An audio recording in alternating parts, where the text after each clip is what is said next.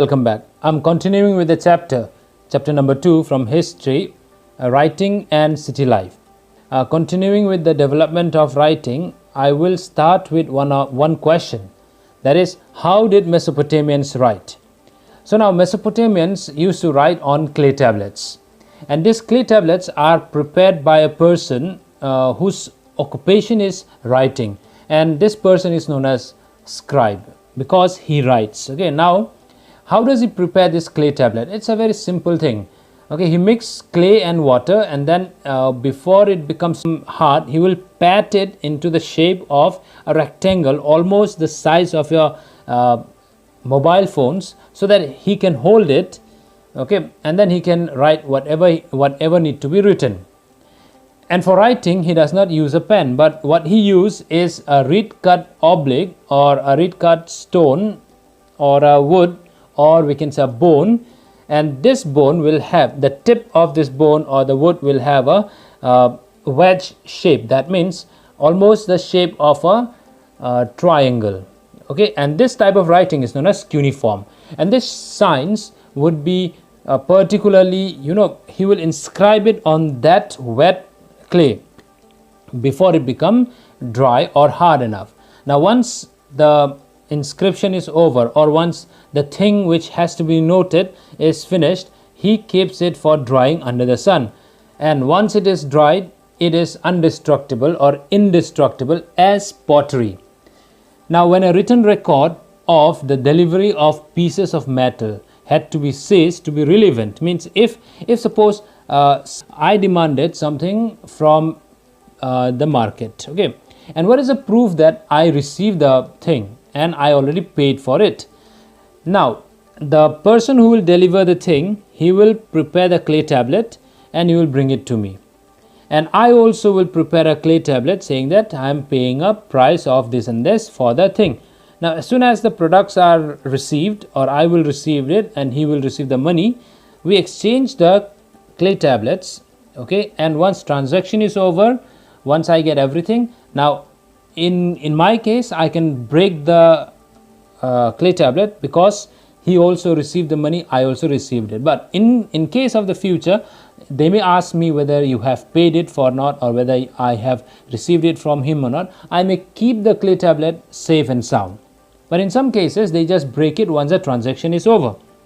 So now how do we know about this clay tablets? The question is that now these clay tablets occur in many Mesopotamian sites, and this tells us that tablets were written almost for every small and major transactions, and it is this clay tablets which becomes a wealthy source for the historians or for the archaeologists to made up or reconstruct the Mesopotamian history or Mesopotamian knowledge than what we do in a contemporary India.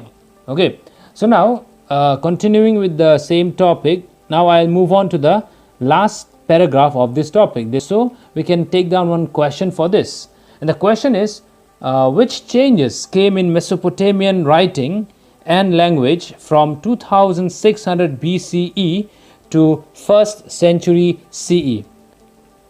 Okay, let us talk about the type of writing. Now we already came to know that the type of writing which they follow during that time was cuneiform, and the language which they used for writing was known as Sumerian.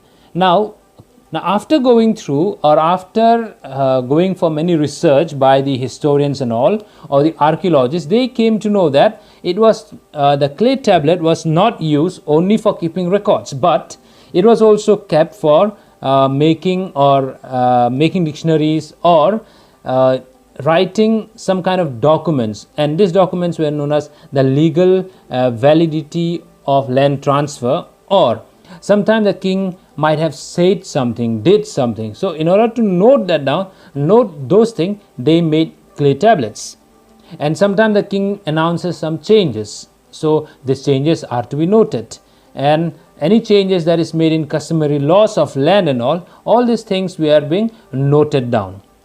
Okay, now as the time passed by, now what happened is that the Sumerian, it was the earliest language which was known to Mesopotamian, but Gradually, by 2400 BCE, Sumerian language was replaced by Akkadian language, and cuneiform writing in the Akkadian language continued, but it did not continue for long. Okay, it continued till 1st century, not more than 2000 years. Now, these are the two questions for page number 34. A new topic today, that is literacy. Now, from this topic, we came to know that there were very few Mesopotamians who could read and write. And it was difficult for many people to read and write because there were hundreds of signs to be learned. And these signs were not easy. Very complex signs were there. Now, if you look at some of the clay tablets or the inscriptions on the clay tablet, you will see that the signs are so difficult or so complex to decipher it or to see what does the sign really mean.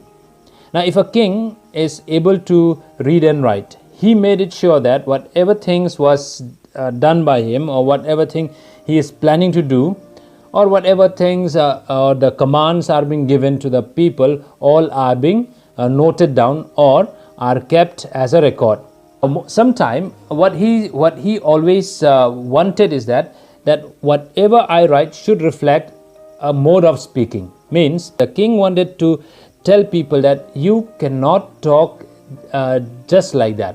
Okay, you should have a way of talking. Whenever someone goes and talks with the king, there should be some kind of salutation, starting with a salutation, that is, to my lord.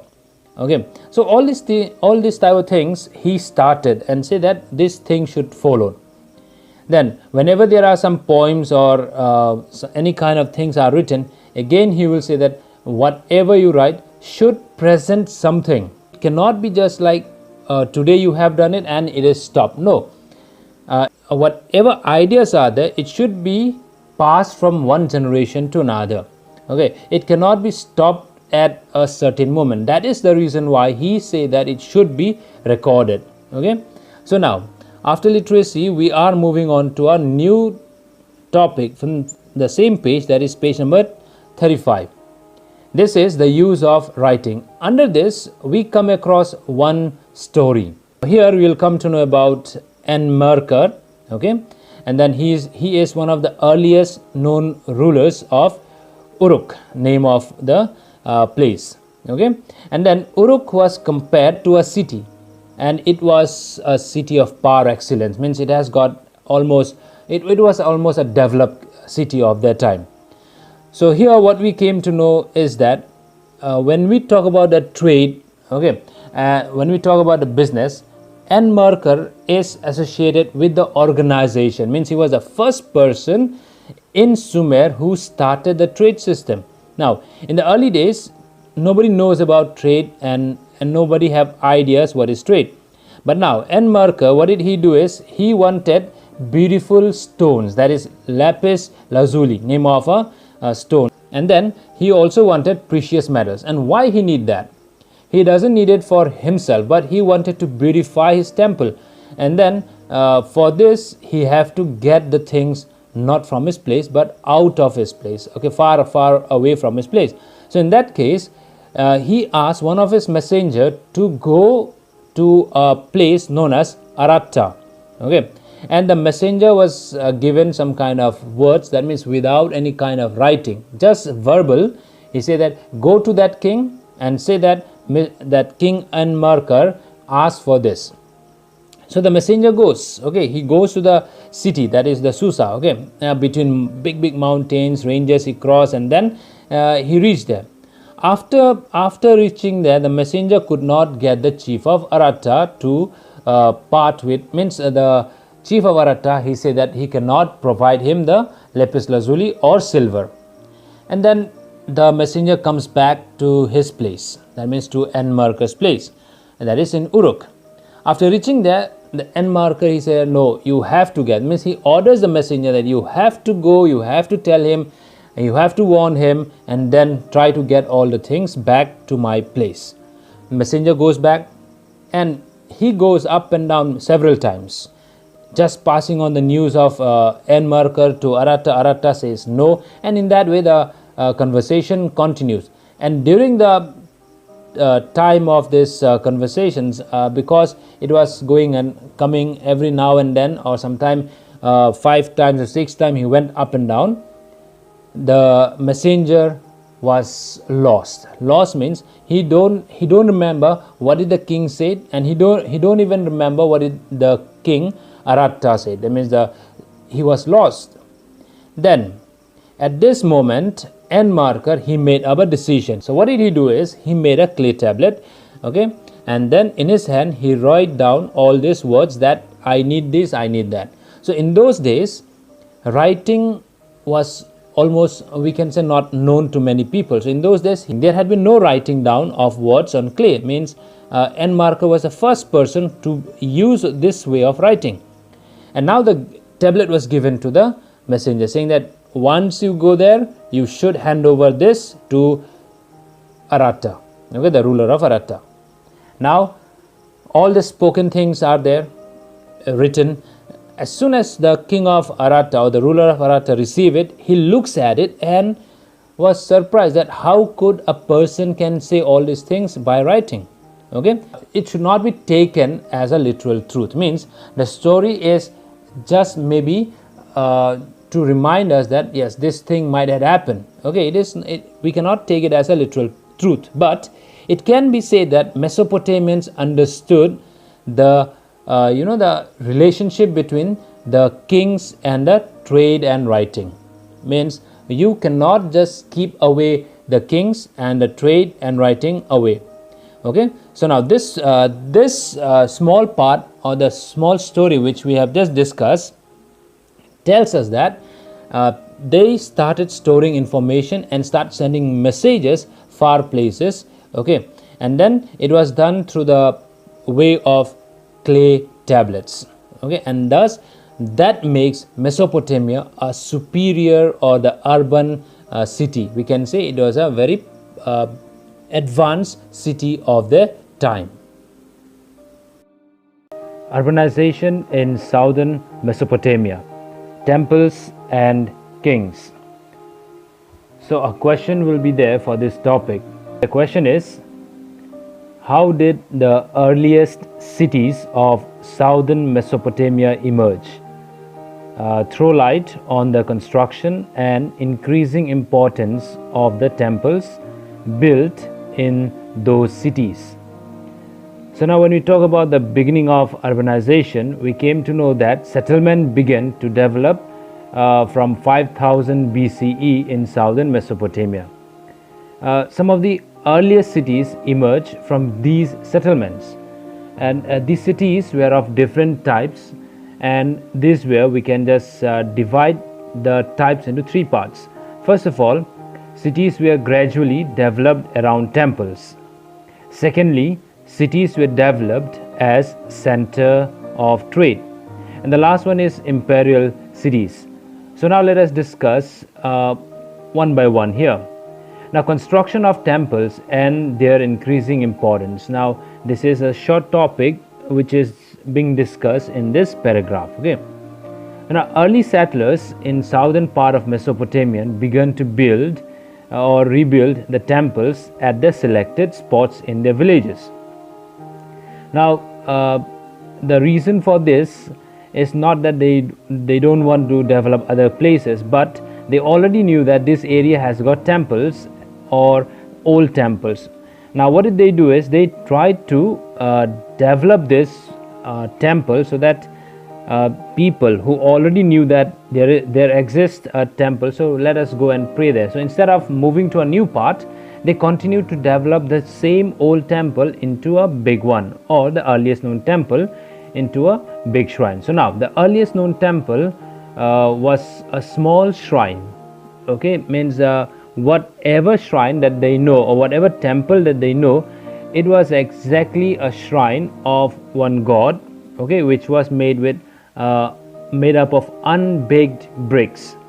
Now temples were the residence of gods, okay, and the gods of their time were basically different than what we have now. They have got various gods, such as the moon god or Ur. And then Inanna was the goddess of love and war. Now what kind of features does the temple have? That is the next thing that you can see in the paragraph here or in your textbook. Now, temples which were made during that time was made with bricks, and their size gradually increased because several rooms were made around the open courtyards.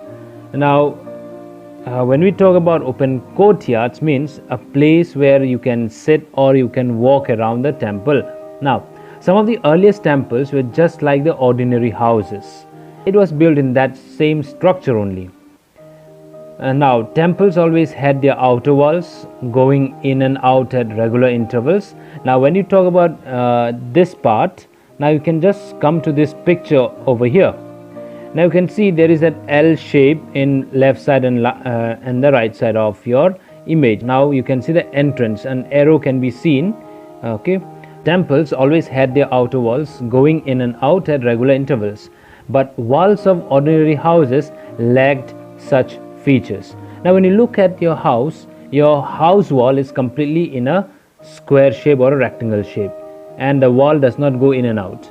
Whereas for the temples, it goes in and out after regular intervals. Now, whenever you go to a temple, what was the focus, or where is the focus that you really give? We know that when you go to the temple, our focus is for worship, okay, and a God. So now, God was the focus of the worship. People, what do is they offered to the god grain, curd, fish, and many other items. And why do they do it? They just wanted to thank God for all these things. Okay, they offered grain because they had a good harvest, and they pray for the next harvest to be as good. Okay, then they offered curd and fish to make the god happy.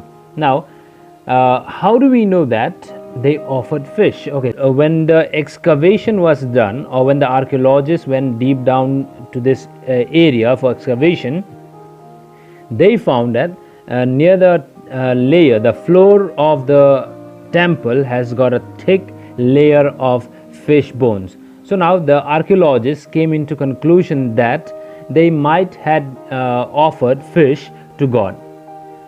Now the god was also known as a theoretical owner of the fisheries, agricultural fields and herds of the local communities. Okay, so that is why they offered all these things to God. Now, what are the type of activities that really carried out near the temples, or activities of the temples? Now, activities of the temples gradually increase in many different manners. As the time passed by, the processing of the produce was done in the temple. It also began as a point, or it also began to appoint merchants in the temple. It also began to keep written records of distribution and allotments of plough or animals, grain, bread, fish, beer, etc. Now, this temple became the main source of urban institution, and with this we came to know that temple played a very important part in bringing out the city of the Mesopotamian time. So let's move on to the last part, or the last paragraph of that page number 36. And the paragraph starts with, in spite of fertility or natural fertility, agriculture was subject to hazard. So that is the topic, or the paragraph we are starting now. So you can just mark down the first sentence itself for the question, and then you can write explain. That is, in spite of natural fertility, agriculture was subject to hazards. Explain. So now this answer can be divided into two parts. One, there is a natural factor, and the other one is the man-made factors. So let us start with the natural factors first of all. When you talk about the natural factors, we'll just take an example of a river, that is Euphrates. Okay. So whenever a river starts, it never starts from a plain area. It starts from a hilly region or a mountainous area. So here, the example is the Euphrates river. Now this river starts from the northeastern side of Mesopotamian or the Iraq. Okay, and now once it starts from there, it has got huge amount of water which it brings down to the low-lying area. Once it reached the low-lying area, the water or the amount of water could not proceed or could not flow with the same speed or current because it's very flat. Now the river or the amount of water which is brought by the river or which came down through it, it has to look for some other ways to flow. So what does it do is that it looks for the little bit low-lying or the steeper area in the plain region. Wherever it's little bit steep, the water flows in that direction. So likewise, the river which comes in a single format, suddenly after reaching in the low-lying area, it divides itself into different channels. As it divides into different channels, the water flows in different directions, and now the amount of water is spread to different areas. So the villagers, okay, whoever is living in the low-lying area, what do they do is they depend on this water source for irrigation. So natural factor is that when there is heavy rain in the mountainous region, the low-lying area will be flooded, and whenever there is flood in the low-lying areas, crop dies or fails. Now let us talk about the vice versa. That means if there is no rain in the mountainous region, so all the areas will not suffer because one part of the river will continue to flow, but wherever the water could not flow, that area will suffer because that area will not receive water for irrigation. Okay, as they don't receive water for irrigation, crop fails. Remember, those who are in the low-lying area, it is the southern part of Iran, which is very fertile. Okay, but because it's a desert, they need some kind of water source for irrigation. Then in that way, the river plays a very important role. Okay, and that is how the natural factor causes failure or the hazard in the crops and the life of the Mesopotamians. Another thing is that we came to know that after reading Mesopotamian history, we found that there are settlements which kept on changing periodically. With the passing of time, the location or the settlement of Mesopotamia changed with the course of the river. Means when the river went towards the east, people also kept on moving towards the east. That means they did not settle in one place, and thus they have to surrender the best place because there is no water. As the river is moving towards west, leaving their fertile zone, they have to go towards that side only. That is why it is a hazard. Agriculture is a hazard. So that is a natural factor. Now we'll be talking about the man-made factors. Now when you talk about man-made factors, it is all about those people living in upstream, or as we said that the river starts from the hilly region. So this factor is because of those people living in the mountainous region. So what do is the river or the water which is flowing downstream, it has to come down to the mainland, but those people living in the hilly areas, they cut the banks of the river and then they divert the amount of water towards their land, towards their agricultural land. So amount of water which is to be supplied in the low-lying areas, it becomes less, and then the people who are living in the mountainous area, they are getting more water. So thus in that way they means one part of the area is already earning a lot, and or they had good crops, and the low-lying area have got no crops at all.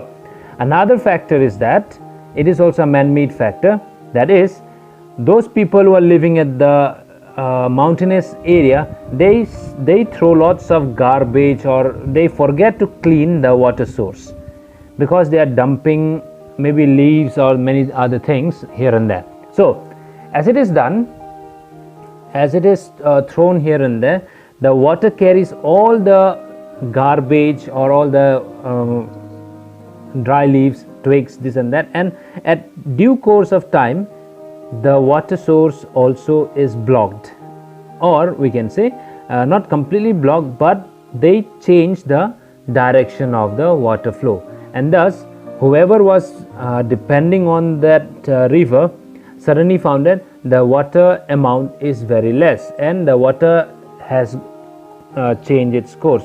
So they have to move away with the water. That means wherever the water goes, they have to move through that area only. That means settlement again changed. That is what the people of Mesopotamia suffered a lot.